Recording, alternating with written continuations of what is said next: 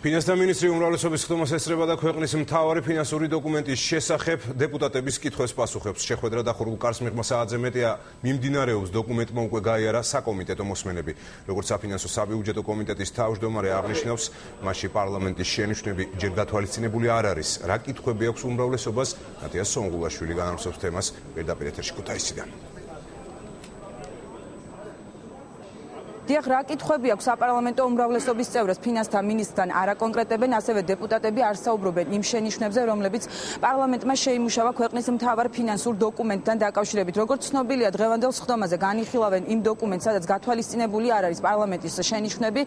ნოდარ ხადრა განმარტებით მთავრობას აქვს 5 დეკემბრამდე ვადა, რადგან მოხდეს შენიშვნების შესწავლა და სწორედ 5 დეკემბრის შემდეგ წარუდგენს ახალ დოკუმენტს ხადური პარლამენტს.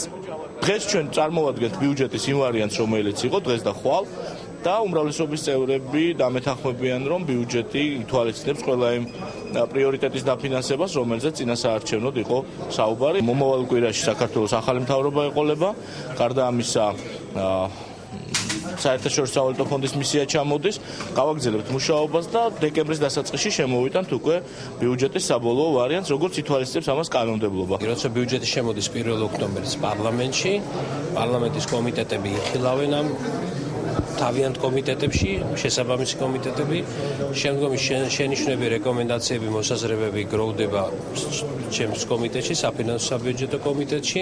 ჩვენ ვატარებთ შემაჯამებელ სხდომას და ყველა შენიშვნები გადაეცემა პარლამენტის თავმჯდომარეს, რომელიც 22 ოქტომბრისთვის აგზავნის მთავრობაში. და ამ ეტაპზე მთავრობას არ გაუთვალისწინებია. შენიშვნები არის უამრავი. კითხვები, რომელიც დაკავშირებული იქნება ბიუჯეტთან. იმიტომ რომ მოგეხსენებათ პარლამენტი ამტკიცებს ბიუჯეტს და შესაბამისად ლოგიკურია, რომ პარლამენტივე სვამს კითხვებს.